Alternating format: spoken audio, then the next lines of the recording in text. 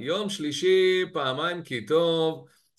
לא סתם פעמיים כי טוב, עוד מעט תבינו למה זה פעמיים.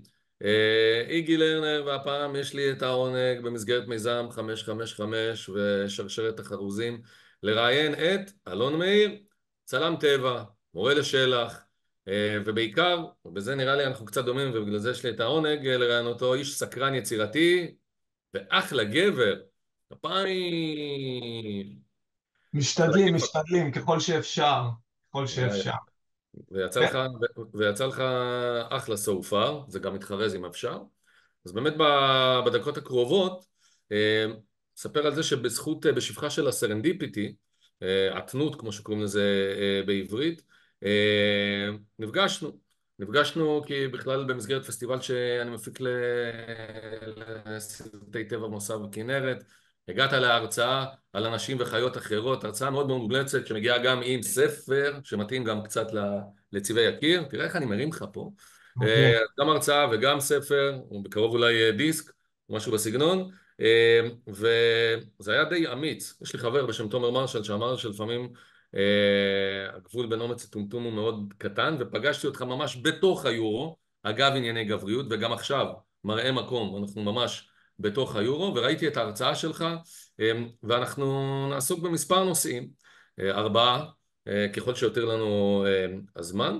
והנה אנחנו, הנושא הראשון שרציתי להגיד, למי שלא יודע, אורן מאיר הוא סוג של כוכב רשת, שזה מה שכל אמא פולניה רוצה, שהבן שלה לא אורן יהיה מאיר, מבין אתה ולא... לוקח את אורן מאיר, איגי, נכון? יש את אורן מאיר שהוא כוכב בפני עצמו, שהוא האח.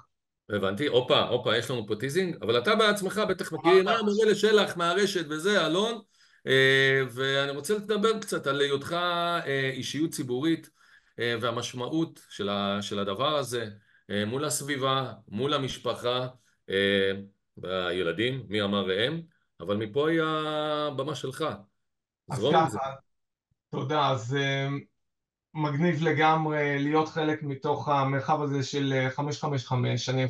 אני יכול לומר שבחיבור הזה בינינו היה, העברתי איזושהי הרצאה, ואז מישהי בשם חמותך מגיעה ואומרת, תקשיב, אתה חייב להכיר איזה איגי אחד, החתן שלי שמפיק פסטיבל סרטי קולנוע וטבע, ואתה חייב להשתתף בפסטיבל הזה, ומשם החלה ההיכרות. ולמעשה ההתלהבות באה מתוך איזשהו מקום מאוד פשוט, שבו אני מדבר על מי שהייתי, על החלומות שחלמתי כילד לרדוף אחרי פרפרים וחיפושיות. הייתי בטוח כשאני אהיה גדול אני אעשה משהו עם חיות, ותמיד אני צוחק ואומר שבסוף נהייתי מורה.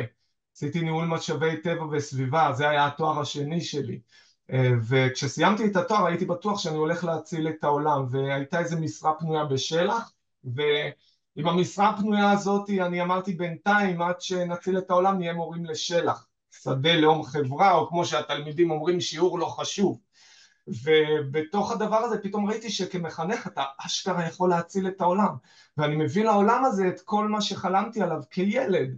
אם כילד אני חשבתי שאני אצלם ואגדל אל תוך עולם של טבע, אה, אז פתאום אני יכול להביא את העולם הזה אל התלמידים עצמם, אבל אתה צריך למצוא את הדרך הנכונה, המדויקת, כדי שהם יזרמו איתך, כי מאוד קשה לחבר אותם אל העולם הזה.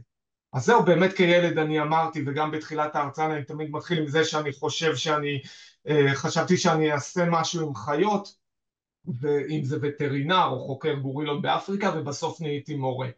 אבל תוך כדי ההוראה, פתאום גיליתי גם את החיבור הרגשי לילדים, ודרך העולם שלהם להתבונן גם כמו להישאר עדיין ילד ולהתבונן על המציאות כילד עם החלומות של ילד, ואני מנסה בצורה הזאת להעביר איזה מסר לעולם שיכול להיות פה טוב ויכול להיות פה מעניין ויכול להיות פה צבעוני, אבל רק צריך לשמר את מה שכבר היה בתוכנו כשהיינו קטנים.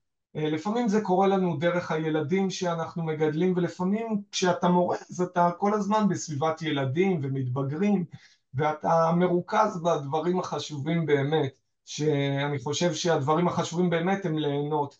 ברגע שאתה נהנה, ברגע שאתה איש שמח, אז גם הסביבה סביבך הופך להיות שמחה יותר, וגם כל מה שאתה עושה הופך להיות מוצלח יותר, כי אתה אוהב את מה שאתה עושה.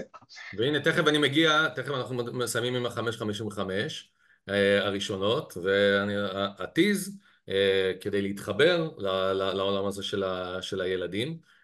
אתה מתחבר גם לרשתות, ופתאום בעל כורכך עוצרים אותך ואומרים, בוא'נה, זה המורה שלך מהטיק טוק. אז כן, איך היא כל הדבר כוחה. הזה פתאום מתפוצץ, וההתמודדות של הדבר הזה, המחירים, כי יש גם יתרונות וגם חסרונות, אפרופו גבר, אבא, מורה, ומפה זה שלך. נכון, אז תמיד אני צחקתי שאני אביב גפן של הסבתות בפייסבוק עם אלפי עוקבות ועוקבים בתוך התוכן הזה של טבע וסביבה שנעלמת, אבל איך אתה מחבר את זה לדור הצעיר, לדור הצעיר שבאמת מרוכז בעצמו, זה האתגר, ואת האתגר הזה